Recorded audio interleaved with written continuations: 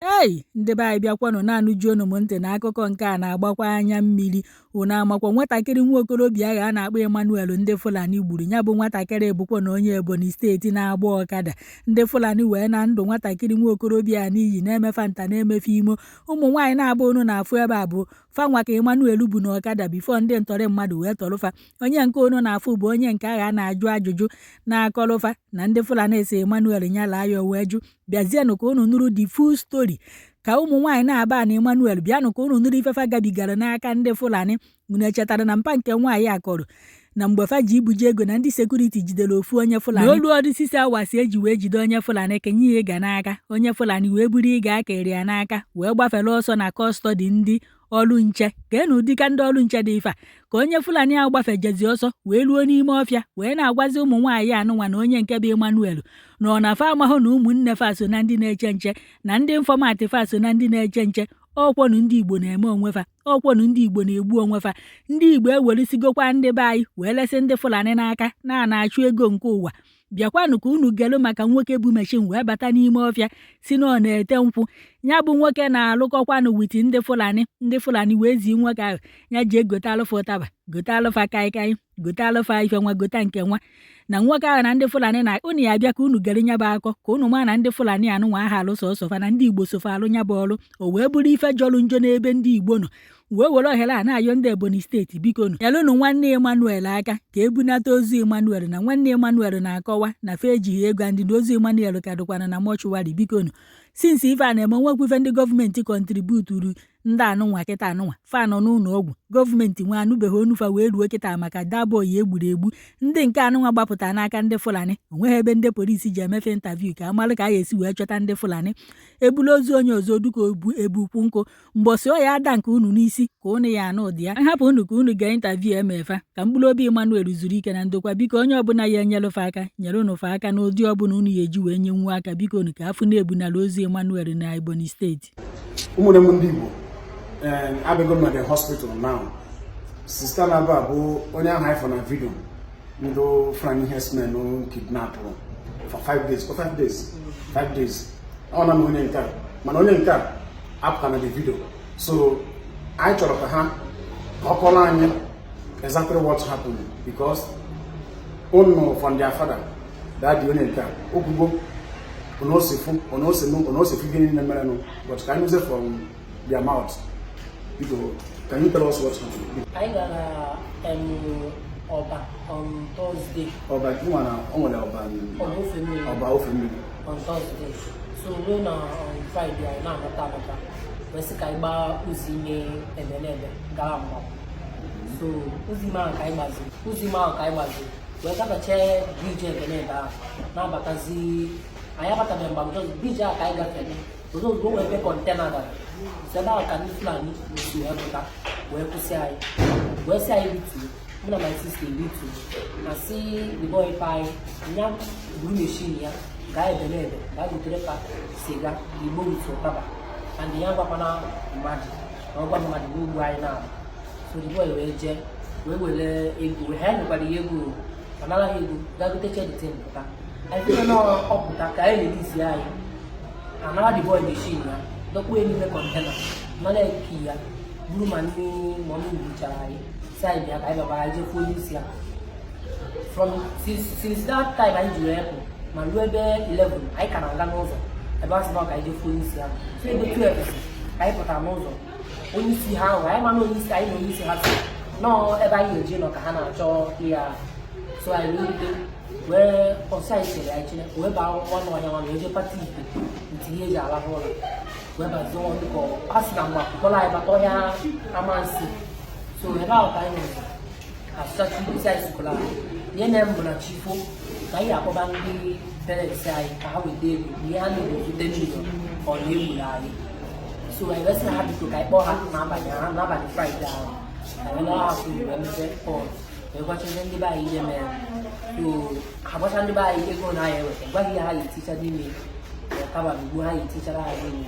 I was at a by on Saturday morning. So on Saturday morning, every 10. When I let every buy take you. So you got had your CB take. When you see how to phone you, so you take you. erute bịa ebe a ka anyị nọ anọkọta na isi ha gbara ọsọ nachi ike wee sị na ọka na ha gwara ya emereghị ihe ọjọọ ba ya kpọna polisi ewesị ha na ya mahụ na akpụrụ polisi ka na akpụrụ polisi wee na-akọwara anyị na-eji ndị bịara na-eji ofu onye n'ime ha so onye isi ha wee sị n'ime mgbe ọ bụla akpụ elelizi nwanne ya nwoke site mmiri na ha egbu anyị na-akọ nọgide ebe ahụ satọde ahụ na-akpọkwa fon na-arịọ ha na-asị adịkọ elizie nwanne ya nwoke n'abalị satọde ahụ onye nweta aka ebe 10 duru anyị loketi ebe ọzọ duru anyị loketi apụtago n'iro Amansea road ahụ ebe ahụ ka anyị nọ n'ọba akpụ ha so nọkọtazi uwe ebe nwa edurukwa anyị na shite azụ ebe ahụ anyị nọkwa bifọ ebe ahụ ka anyị si kochazi anyị na-emekọ na-ayọ ha ha biko ha lerizie nwanne ha nwoke na ha egbukwa anyị so anasa anyị ka mọda na onweghị anyị ma anyị ka mọda so olu obere oge nwanne ha nwoke ahụ eji anachite buru akwa n'aka nachite wee na-asị anyị na ọnọkwa iche na anyị egbu ha ọkwa iche na anyị egbu ya na ya mara nwanne nwoke dị ihe ahụ na tata na oyi finish anyị na-atọ so emegide ha were mma wee kọtọ dị hankọf anyị tinye n'aka ha were mma wee gbupie ha were mma pịacha anyị n'abalị ahụ chịcha anyị ada n'abalị ahụ ruo n'ụtụtụ Sọnde fon anyịgo anyị amazi ya ihe eme so anyị mekọta o nwere onye nke ọzọ si na-abụ hapụ emedo anyị anya ji fon mana ọjọọ nọmba bie dị ya anyị wee were emebekwa kọl wee kpọba fon pesa ha biko zitere ndị ego ka ha ledizi ya na ha egbukwa anyị ebe anọ eketi ya wuru na mgbede mbọsị ụka ahụzi ka ha kpara anyị wee na-agazi n'ogologo mmiri wee fụ mma na-ete nkwụ wee sị anyị na-akpọ ya anyị na-akpọ ime ọya ebe ahụ chere anyị na-akpọ ebe ahụ chere demand wee gafete ọbụna demand na ala Igbo ha wee sị anyị pụta ha wee sị demand na o nwere ntị anyị akpọ ka ọ danye ete dị ntị ebe anyị nọ ihe anụ ebe ahụ that time ka anyị ji wee mara na Amansea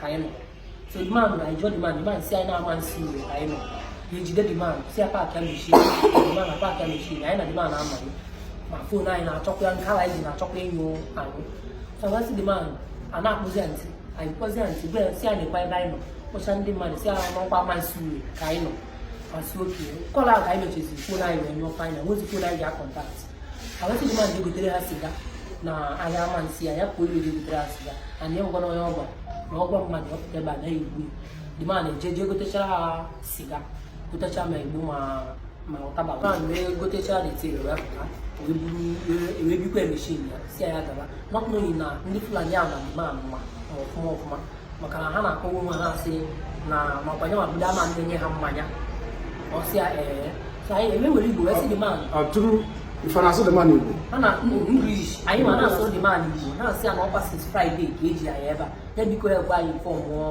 ndị mmadụ. Man Igbo machine na wala onwe. So ha wee kpara anyị wee na-achị ebe ahụ. Ọ pụtazi n'ụtụtụ Mọnde ahụ. Daga anyị na-elo. Esi anyị na anyị gba ọsọ. Anyị ma gba ọsọ karịa anyị gba ọsọ anyị anyị fọm ndị mmadụ. Ka ha bịazie.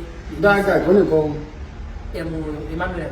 Emmanuel onye nke ahụ gburu egbu so ụnụ gba ọsọ anyị gba ọsọ nye ọbụ ọsọ anyị gba ọsọ anyị wee sị na ya ama mmiri ọsị na ya emewi anyị gba ọsọ so mụ na nwanne m nwaanyị wee sị n'ike agwụgwọ ya na ụnụ na-agba ọsọ gbapụ ọsọ ka anyị nwana nwaanyị ọzọ so anyị wee sị ka anyị nye ọsọ anyị wee na-esikuzi nsị ahụ ka anyị jezi mmiri wee gafee mmiri wee buru mmiri gafee otu otu anyị na-apụtakwa n'ime mmiri ga-adịkwa ofu ewu n'ime ha achọbazie mụ na nwanne m nwaanyị jide mmụọ nwanne m nwaanyị agbadazie gbadawa na ndị na-akpụ isi wee kwụzie wee were ụgbọ wee nyapụta n'ime mmiri ọ dara chi na-achị iri ya wee nyarazie ọ dara ọ dịka wel ka ọ dara n'ime ya ya ahụ wee bịazie wee nyapụta ya so wee jide mmụọ ma mmụọ na-apụtazi lekwe dị bọyị ka o ji owezi ume dị ọ na-agba ọsọ mana ọ bụrụ na ọ na-agba ọsọ wee na-apụtazi ejide mmụọ ya na-abụ na ọda akpa tibe anyị ihe so n'ọda akpa ahụ ka a nọ wee chọọ igbu anyị so the boy onye isi ha onye nke ọzọ ahụ ejikwa eji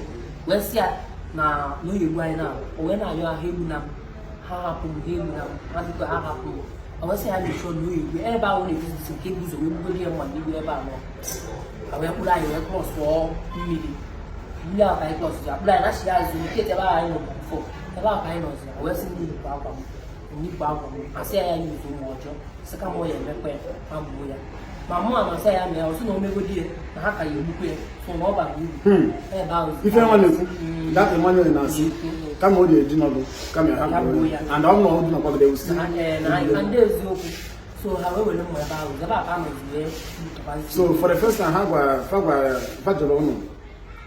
or not give the boy or so the boy has so happen. So about was both of them. We 18 memory. On your penny memory, and I, your paha, because I book an and you can memory out how to what you could welcome my Quebec will sit up a saying, where's a more now, my boss, Jesus, I will compose for you. I was yours. Okay, we're not going to go. But I think you form one man, one. I got to go to see I declare that book never and if I to buy. The man will use them my community. But then this security now one one. Welcome this security. Una Mondigo. Una logo from their mouths because when I beg that year could almost the sentinel that year. In fact, if I be from because if you that digable, only Fulani has my name. In the security today, can you honor us? Passing on your hammer as now in our second or so far than Fulani language, something like that.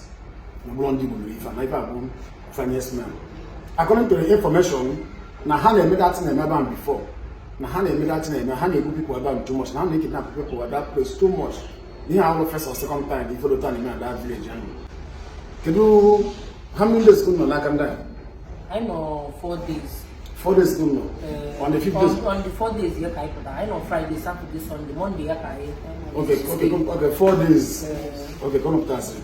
Okay, how many days could not know now? On Monday, since on Monday, I did not I can know how many days now? Almost Monday, Tuesday, Wednesday, Thursday, Friday. 4 days. 4 days no. Find about hospital can be now. Find at this hospital for 4 days. That the boy, Chaii Emmanuel. One never he's like a brother to us. I did one name because I had like anything my lawyer now. And then that day, I made a good video with the other guy. On bank rooms, not an after that time, I was sitting with them. How I about the guy. The same day, yeah. I went to say, Bruce, that place. I'm to have to see that. About to lose the guy. So now that damn people never video. Because the guy in a minute. Come on, that young man, that young guy who blown up Emmanuel. Then one look at another. Okay, Onion cat or that young boy who blown up Emmanuel. Onion cat or now, sorry for what happened. Can you info about this case now? About this case, yeah, and not just normally help like also not much worry. And I could go much worry. I can about this is the thing only Bumaka. So come along nowhere help him. I'm a good one good on. Can I see Ebonyi State guys? Okay, Ebonyi State Ebonyi State. But when I told you you see yes. And the yes. Because when we go in sister, the same thing. Now, these two sisters now, for hospital for 4 days. As I can do from my husband. Only in car, one day, okay, that young boy, but that young boy, may he so rest in peace. This young boy really tried. Only 100 opportunity to escape your boss. Man, also, all of us, these two ladies, getting hang them friend. In fact, I'll be free go up. In fact, I'll be from Obi.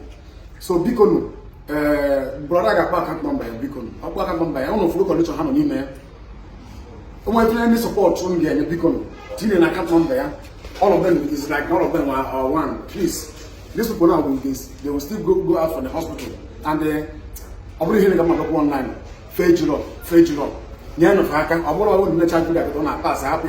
Nyan of Haka, oh, men of one if I will form 9 again, can I need better? Only one master content, and no Nigeria. Nyan of Haka, help them, please.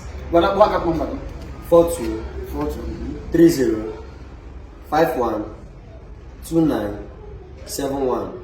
Half a bank, Zenith Bank. Zenith Bank, half a Gafonia, Igwe Chigbo David. but what I can't number also. 4230512971. Biko, when support you get near 5 bad, Biko. They will not call their phone number because of security reasons. They will not call their phone number. I told them to call their phone number. Just anything, any help, you can help them pick up. Now this guy now, since Ghana, Ibno, the boy from Marshall to Ebonyi State, man, they got along. Then these two ladies now, my God, since 4 days now, help from even government, guide because of this thing, everybody are keeping silent. Please, thank you and God bless you. Ụmụnne m ndị Igbo, biko nụ nyelenụ ezinụlọ aka, biko unu anụgo ihe ha kwuru mgbe m jụrụ fa because emechara m Joseph na 10 million naira ahụ ndị fụrụ anyị ihe semen so n'ubute unu ebutela ego ahụ ego nka ndị bụ butere ọsọ mba na onwere ego na ha butere but they are trying to know how they will release them na ha ejidoro ego unu afụgo condition ha nọ n'ime ya anyị bịa gba ndị a nkịtị ọ dọrọ mma ebe nwanne fe nwoke akpọgo account number fa biko nụ onwe ọ na inwere nyere fa aka nke nwoke na-achị bụ na nwanne nwoke na Ebonyi steeti ụmụaka bịa ka ha gbaa mbọ dabazie n'aka na fere anyị ihe semen in fact ka Chineke mere anyị bụ ndị Igbo ebere ka